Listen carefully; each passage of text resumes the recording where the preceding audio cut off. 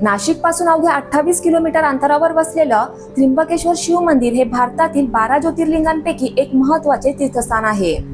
भगवान शंकराच्या कृपेने पावन झालेलं हे स्थळ हजारो भाविक आणि आध्यात्मिक प्रेमींसाठी श्रद्धेचं केंद्र आहे। ब्रह्मगिरी पर्वताच्या निसर्गरम्य सानिध्यात उभं असलेलं हे मंदिर केवळ धार्मिक दृष्टिकोनातून नव्हे तर स्थापत्यशास्त्राच्या अप्रतिम कौशल्यासाठीही प्रसिद्ध आहे। काळ्या दगडात कोरलेली भव्य मंदिरे, नाजूक नक्षीकाम आणि पुरातन स्थापत्यकलेचा अनमोल ठेवा इथे पाहायला मिळतो। त्र्यंबकेश्वरला केवळ एक शिवतीर्थ मानलं जात नाही, तर येथे गोदावरी नदीचा उगम असल्याने हा संपूर्ण परिसर अत्यंत पवित्र समजला जातो। वेदशास्त्रांमध्ये वर्णन केलेल्या अनेक धार्मिक विधींसाठी भाविक इथे वर्षभर गर्दी करतात। विशेषतः काळसर्प दोष निवारण पूजा आणि नारायण नागबळी विधींसाठी त्र्यंबकेश्वर जग प्रसिद्ध आहे। भगवंताच्या दर्शनाने आध्यात्मिक शांती मिळते, निसर्गरम्य वातावरण मन प्रसन्न करतं आणि मंदिरातील पुरातन इतिहास पाहताना भारावून जायला होतं। त्र्यंबकेश्वरची यात्रा म्हणजे श्रद्धा, परंपरा आणि ऐतिहासिक वारसा यांचा अनोखा संगम आहे। एकदा तरी त्र्यंबकेश्वरला जाऊन या पवित्र ऊर्जेचा अनुभव घ्यायलाच हवा। आता आपण या मंदिराचा इतिहास आणि त्यामागील पौराणिक कथा जाणून घेऊया।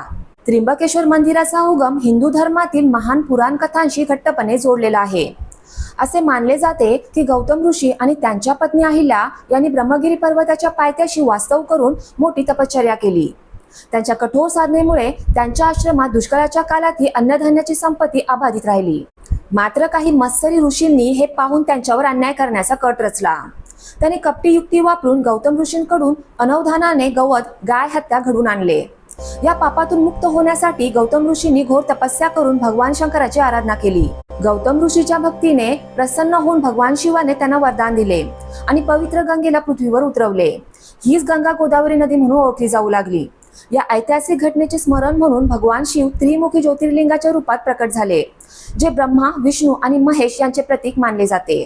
म्हणूनच त्र्यंबकेश्वर ज्योतिर्लिंग हे भारतातील सर्वात अद्वितीय आणि पवित्र स्थानांपैकी एक मानले जाते। इथे आलेले भाविक केवळ शिवदर्शन घेत नाहीत, तर पापमोचन व आत्मशुद्धीच्या पवित्र संधीचाही लाभ घेतात। या जागेचे अद्वितीय आध्यात्मिक व ऐतिहासिक महत्त्व प्रत्येकाने अनुभवायलाच हवे। आता आपण त्र्यंबकेश्वर मंदिराचा परिसर कसा आहे हे जाणून घेऊया। त्र्यंबकेश्वर मंदिर हे भारतातील स्थापत्यकलेच्या अप्रतिम सौंदर्याचा नमुना आहे। काळ्या दगडातून कोरलेले हे मंदिर पाहताच भक्तांचे मन भारावून जाते। 18व्या शतकात पेशवा बालाजी बाजीराव यांनी या मंदिराची उभारणी केली। मंदिराच्या गर्भगृहात त्रिमुखी ज्योतिर्लिंग विराजमान आहे।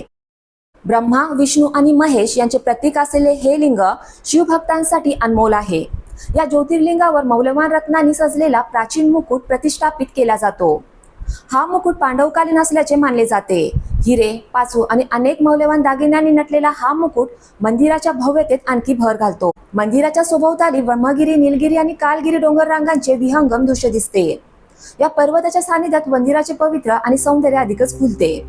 निसर्गाच्या कुशीत वसलेले हे मंदिर मनाला अपूर्व शांतता प्रदान करते। मंदिराच्या परिसरात असलेले कुशवर्त कुंड पवित्र मानले जाते। याच कुंडातून गोदावरी नदीचा उगम झाल्याचे सांगितले जाते। यात्रेकरू या कुंडात स्नान करून आत्मशुद्धी करतात। असे मानले जाते की या पवित्र जलस्पर्शाने सर्व पापे नष्ट होतात। प्राचीन इतिहास, अध्यात्म आणि निसर्ग सौंदर्य याचा मिलाप असलेल्या त्र्यंबकेश्वर मंदिराला दरवर्षी हजारो भाविक भेट देतात। इथले वातावरण भक्तिरसाने ओथंबलेले आहे। मंदिरातील मंत्रोच्चार, नंदादीपाचा मंद प्रकाश आणि घंटानाद मनाला आध्यात्मिक ऊर्जा देतो।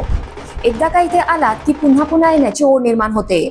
त्र्यंबकेश्वर हे केवळ शिवभक्तांसाठी नव्हे तर इतिहास आणि निसर्गप्रेमींसाठीही एक अनमोल ठिकाण आहे। त्र्यंबकेश्वर मंदिराला भेट देणे म्हणजे केवळ तीर्थयात्रा नाही, तर एक पौराणिक, आध्यात्मिक आणि ऐतिहासिक सफर आहे। या मंदिरातील अद्वितीय ज्योतिर्लिंग, निसर्गरम्य परिसर आणि त्याला जोडलेल्या प्राचीन परंपरा भक्तांसाठी एक दिव्य अनुभव घडवतात। भगवान शिवाचे आशीर्वाद मिळवायचे असतील, वास्तुकलेच्या अद्वितीय सौंदर्याचा आस्वाद घ्यायचा असेल किंवा केवळ या पवित्र भूमीची आध्यात्मिक ऊर्जा अनुभवायची असेल, तर तुमची त्र्यंबकेश्वर यात्रा ही अविस्मरणीय ठरेल। तुमच्या यात्रेची योजना करा, या पावनस्थळी स्वतःला समर्पित करा आणि भारतातील सर्वात शक्तिशाली आणि पूजनीय मंदिरांपैकी एक मंदिराचा दिव्य अनुभव घ्या।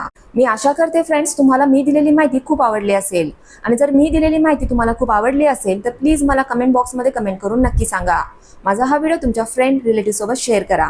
Thank you, bye.